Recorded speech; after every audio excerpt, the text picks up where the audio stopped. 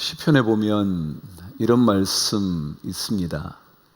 호흡이 있는 자마다 여호와를 찬양할지어다 라는 말씀 말이죠.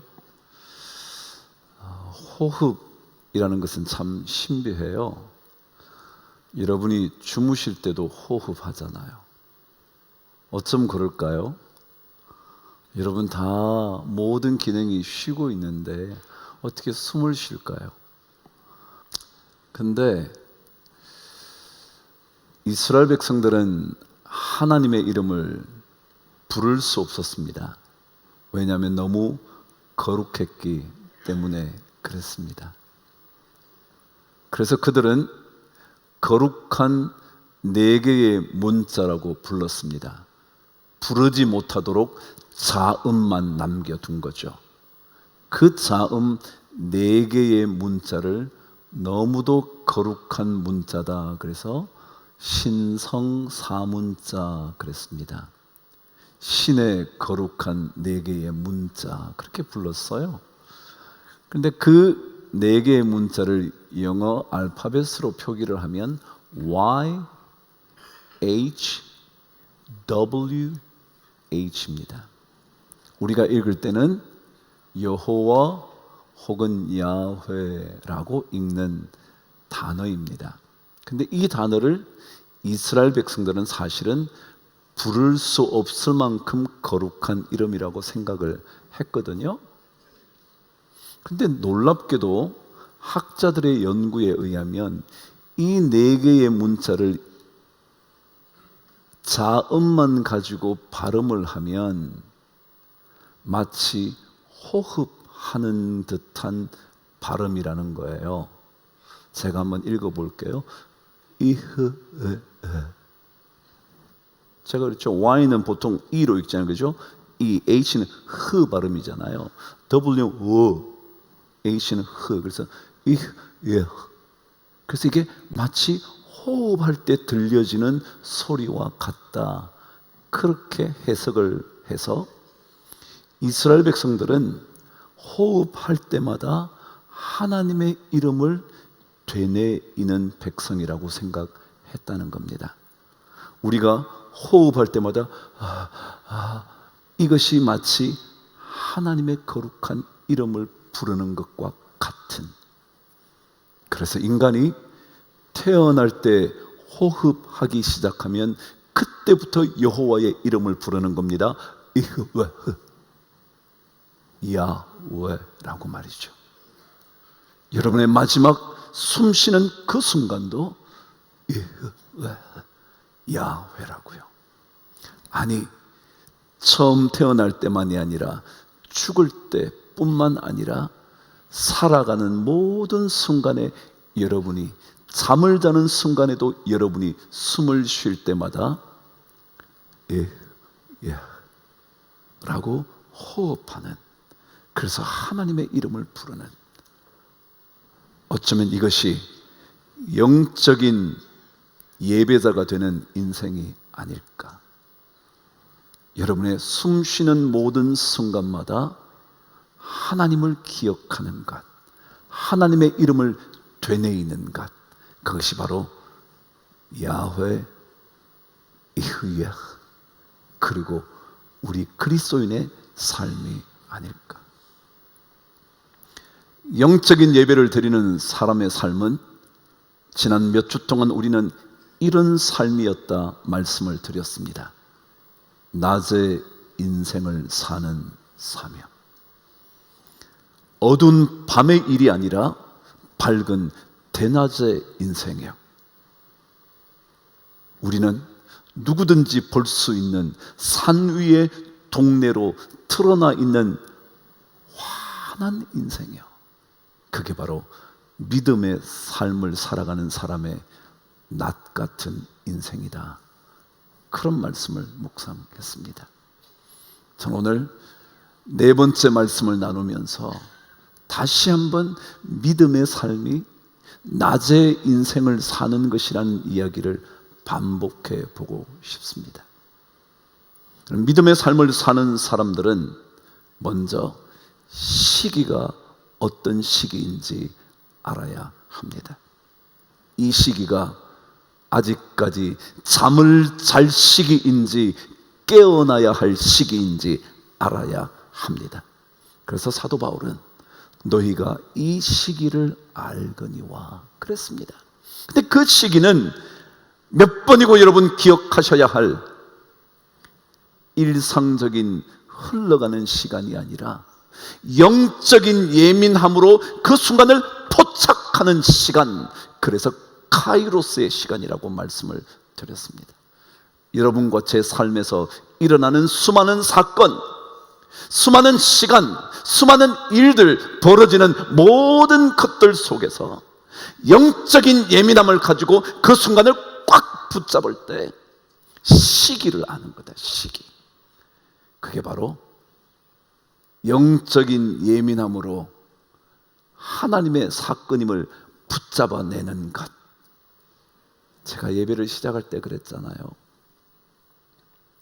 다윗이 굴 속에 갇혀 있을 그때, 숨어들어 있을 그때, 내 영이 내 속에서 상하게 될 때에도, 신음하게 될 때에도 주님께서 알고 계신다 내 길을 라고 말하는, 그게 카이로스의 시간이거든요. 우리는 고난을 당하면 왜 이런 인생이 내게 벌어졌나 그 생각만 하잖아요. 근데 아니, 그 순간을 영적인 명민함으로 붙잡으면 그게 카이로스 시기를 알게 되는 거죠. 성경에는 한 이상한 사건 하나가 기록되어 있습니다. 아람과 이스라엘이 전투를 벌이고 있는데, 전투태세를 늘 갖추고 있는데 대치 상황이었는데, 어느 날 갑자기 아람 군대의 군대 장관인 나아만이 이스라엘을 방문하는 겁니다. 그는 아시는 것처럼 불치의 병인 나병 환자였습니다. 누구도 고칠 수 없는 질병. 그런데 소문을 듣자 하니 엘리사라는 선지자는 고칠 수 있다 하는 이야기를 듣고 아람 왕이 군대 장관을 보내는 겁니다. 지금 전쟁할지도 모르는 그 상황에서 말이죠. 드디어 그가 와 엘리사에게 고침을 받습니다. 아시는 것처럼 요단강에 몸을 7번 씻음으로 말이죠.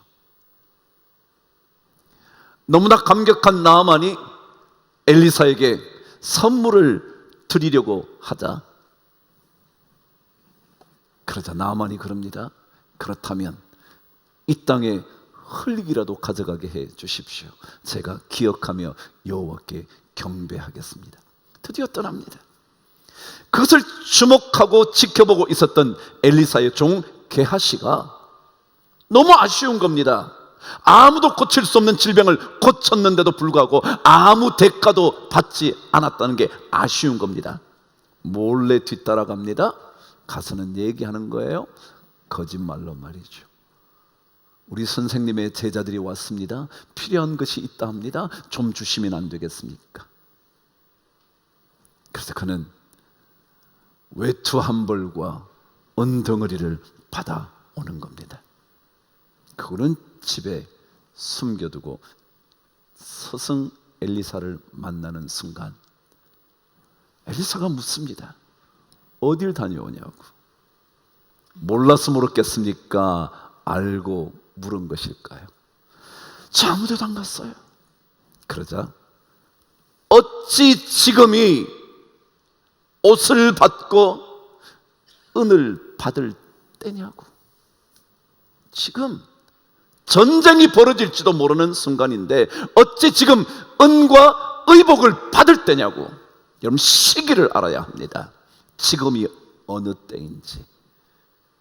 시기를 아는 사람은 낮의 인생을 삽니다. 잠을 자야 하는 시간이 아니라 깨어나야 할 시간임을 아는 사람은 낮의 인생을 삽니다. 지금이 어느 때인 줄 영적인 예민함으로 붙잡는 사람만 믿음의 사람으로 낮의 인생을 살아가는 겁니다. 그런데 이 시기를 아는 사람은 이런 깨달음을 갖게 됩니다. 그 깨달음은 바로 밤이 깊었다라는 겁니다. 제가 말씀드린 것을 기억하시나요? 기쁘다라는 말은 충분하다, 지금까지 해온 것만 해도 충분하다, 지금까지 어둠의 시간을 보낸 것만 해도 충분하다, 더 이상 하지 마라, 그 얘기라고. 사람들은 계속해서 어둠에 머물고 싶어 합니다. 그 어둠이나 저 어둠이나 같은 건데 말이죠. 제가 말씀드렸잖아요. 이 어둠이나 그곳의 어둠이나 똑같은 건데 우리는 혹시 저 어둠은 어떨까? 저 어둠의 삶은 어떨까? 궁금해하는 겁니다. 여러분, 더 이상 궁금해하지 마십시오. 똑같습니다. 신앙생활은 그 정도면 됐다. 그래, 우리 이 정도 했으면 그만해야지. 그걸 결단하는 겁니다. 밤이 깊고 낮이 가까웠으니. 그만큼 했으면 되잖아요. 그만두셔야죠. 그만큼 어둠의 시간을 보내셨다면 됐잖아요. 끊어야죠. 그게 낮의 인생을 사는 겁니다. 우리 세상에 얽매이는 것도 그 정도면 됐잖아요. 여러분, 그 정도면 됐습니다. 더 이상 그곳에 너무 목매달지 마십시오. 밤이 깊었습니다. 그 정도면 충분합니다. 구석구석 우리의 삶에 어둠의 먼지들이 몰리는 것, 여러분, 그 정도면 됐습니다. 그래야 믿음의 인생을 삽니다. 그런데 사람들이 믿음의 인생을 살 때 어둠에서 빠져나오지 못하는 이유가 하나 있어요. 그것은 아무도 나를 보지 못할 거다 생각하는 거예요. 근데 성경은 낮에와 같이 단정히 행하고 그랬잖아요. 단정히 행하려면 누군가 지켜보고 있다는 사실을 깨달을 때 우리는 단정해져요. 아무도 보지 못할 거라고 생각한다면 우리는 아무렇게나 할 거예요. 우리는 아무렇지도 않게 악을 선택하게 될 거예요. 누가 보지 않는다고 생각하는 순간, 그다음 반대로 누군가 나를 지켜보고 있다면 그럴 수 없잖아요. 제가 여러분을 만일 지켜보고 있다면 여러분 그러시겠습니까? 여러분이 만일 저를 지켜보고 있다면 황 목사가 감히 그러겠습니까? 인간의 눈이 아니라 하나님이 지켜보고 계시면 우리는 어둠의 일을 벗어나 낮의 인생을 살 수가 있습니다. 아무리 숨기려고 해도 숨길 수 없습니다. 게하시는 받은 외투와 은을 집에다가 숨겨놓습니다. 그러나 모를까요? 아간은 신할에서 난 멋진 외투와 금덩이, 은덩이를 가져옵니다. 그리고는 땅 속에 숨겨둡니다. 아나니아와 삽비라 땅을 팔고 가져온 돈을 집에 숨겨 놓습니다. 그러나 모르나요? 다 압니다. 어찌 성령을 속일 수 있겠습니까? 다 압니다. 숨길 수 없다는 사실, 누군가가 보고 계신다는 사실, 내 입의 말을 누군가가 듣고 계신다는 사실, 그것을 알면 함부로 하지 못하지 않을까요? 여러분 앞에 서지 않았다 해서 여러분을 함부로 말한다면 그 사람은 모를지 모르지만 누군가는 아는 거 아닌가요? 그래서 낮에와 같이 단정히 행하기 위하여, 낮의 인생을 살기 위해 우리는 누군가 늘 지켜보고 계십니다. 하나님께서 그분은 은밀한 중에도 보시는 분이잖아요. 은밀한 중에 그분은 갚으시는 분이잖아요. 그 사실을 알면 우리는 낮의 인생을 살아가는 거예요. 그런데요, 이거 우리 힘으로 안 되잖아요. 그래서 빛의 갑옷을 입어라 그러잖아요. 성령의 도우심을 받아야 돼요. 성령의 도우심을 받기 위하여 기도하는 거예요. 하나님, 저로 하여금 성령의 능력으로 어둠을 끊어버리게 하여 주옵소서. 여러분, 중독이라는 말은요, 고대 헬라인들은 노예라는 말과 똑같이 사용했답니다. 어디에 빠져들기 시작하면요, 노예로 사는 거예요. 그 노예를 끊어버려야 되는 거 아니에요? 근데 요즘 우리들은요, 스스로 쾌락에 중독되어 노예의 인생을 자처하는 겁니다. 노예로 살겠다고 말하는 겁니다. 중독은 빠져나오지 못합니다. 노예의 이것은요, 절대 벗어날 수 없습니다. 평생 노예입니다. 아니, 대대손손 노예입니다. 그래서 이것은요, 끊을 수가 없어요. 여러분, 도스토옙스키라는 유명한 작가를 아시지 않나요? 그 작가는요, 도박 중독자였습니다. 그래서 글을 쓴 이유는 도박에 진 빚을 갚기 위하여 글을 쓴 겁니다. 그래서 그가 첫 번째 책을 낸 게 제목이 도박사였습니다. 그것은 자기 삶의 자서전적 소설입니다. 그것으로 인하여 또다시 그는 빚을 갚고 난 다음에 또다시 도박에 빠져듭니다. 어떻게 할 수가 없는 겁니다. 그러다가 마침내 어떤 것으로 되지 않자 그가 신앙의 힘을 얻어 마침내 벗어나게 됩니다. 그리고 지은 책이 바로 까라마조프가의 형제들이라는 그 유명한 책입니다. 신앙은요, 우리를 어둠에서 빠져나올 수 있도록 역사하는 힘입니다. 그렇지 않고는 안 됩니다. 우리는 평생 노예로 살 수밖에 없습니다. 주님의 보혈 외에 능력은 없거든요. 드디어 오늘 우리는 결론으로 향합니다. 14절 말씀 저와 함께 읽겠습니다. 시작. 오직 주 예수 그리스도로 옷 입고 정욕을 위하여 육신의 일을 도모하지 말라라는 것입니다. 여러분, 어둠의 최종 목적지는요, 총착역은 정욕입니다.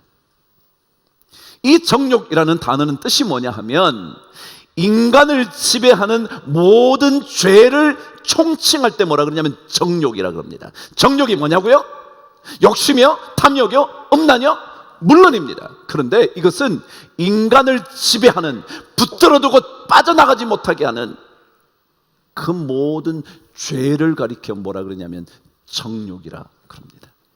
여러분, 어둠은요, 점점 우리를 죄로 몰고 갑니다.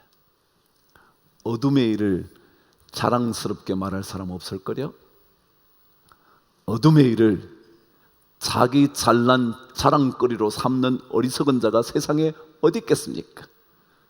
다 숨어서 하는 일인데, 그것은 전부 다 죄와 연결이 되어 있습니다. 그래서 창세기 아벨과 가인의 이야기에 이미 그 얘기가 등장합니다. 죄가 내 문 앞에 엎드려 있다. 얼핏 고개 들고 나오면 죄를 보지 못할 수 있습니다. 그러나 보지 못하면 그 죄의 덫에 사로잡히고 맙니다. 그래서 창세기는 4장에서 그렇게 말해요. 죄가 너를 원하나 너는 죄를 다스릴지니라. 그런 거예요. 죄는, 어둠은, 정욕은 우리를 붙잡아 두어서 빠져나가지 못하는 중독으로, 노예로 붙잡아 놓으려고 합니다. 여러분이 그 죄를 다스려야 합니다. 주님의 도우심으로 말이죠. 그래서 오직 주 예수로 옷 입어서 정욕을 위한 육신의 일 도모하지 마라 그러는 거예요. 그래요? 우리는 알게 모르게 어느새 죄에 빠져 들어삽니다. 이제는 그 어둠에서 빠져나와야 하는데, 이제는 끊을 때도 됐는데, 더 이상 우리가 그 죄의 노예로 살아서는 안 되는데, 영적인 예배를 드리는 하나님의 사람들은 낮의 인생을 사는데 우리가 조금은 더 영적인 것을 보고요, 조금 더 영적인 것을 생각하고요. 그래서 이 정욕이라는 단어는 모든 죄를 총칭하지만 특별히 마음의 생각 안에 담긴 것에 주목한다는 겁니다. 사전은 그렇게 말합니다. 죄로 인하여 벌어지는 행동에 대한 얘기보다 더 중요하게 주목하고 있는 것은 마음 속에 있는 생각이요. 그래서 여러분, 우리는 보고 듣는 것이 굉장히 중요합니다. 과학자들은요, 사람들이 보고 듣는 것에 의하여 자기 인생이 40%가 만들어진답니다. 내 인생의 40%는 보고 듣는 거예요. 뭘 보는지, 뭘 듣는지, 그것에 따라서 내 인생이 만들어져 간다는 겁니다. 그래서 우리는 조금 더 영적인 것을 보려고, 조금 더 영적인 것을 들으려고. 왜냐하면 우리 마음 속에 생각을 주님은 보시기 때문에, 그것이 바로 정욕에 연결되어 있는 것이기 때문에. 행동의 문제가 아니에요. 그 사람의 행동이 좀 깨끗하다고요? 그래야죠. 그렇지만 그것보다 그 사람의 마음 속에 있는 생각이 죄로 향해 있다면, 그래서 영적인 예배자는 세상이 말하는 깨끗한 도덕적인 사람보다 더 비교할 수 없이 정결한 인생을 사는 거예요. 그 사람들은요, 겉으로는 깨끗하면 되거든요. 그들은 남이 안 보면 어둠 속에서 어떤 일을 해도 되거든요. 그런데 우리는 그럴 수가 없어요. 어둠 속에서도 나를 지켜보시는 이가 있어서. 그리고 주님은 내 행동의 문제를 삼는 것뿐만 아니라 내 마음 속에 있는 것, 그 정욕에 대하여 우리에게 말씀하시는 분이거든요. 여러분 안에 무엇이 꿈틀거리고 있는지 늘 영적인 예민함으로 살펴보셔야 돼요. 영적인 명민함으로 순간을 붙잡아야 돼요. 하나님을 붙잡으면 우리는 그 어둠에서 벗어나게 돼요.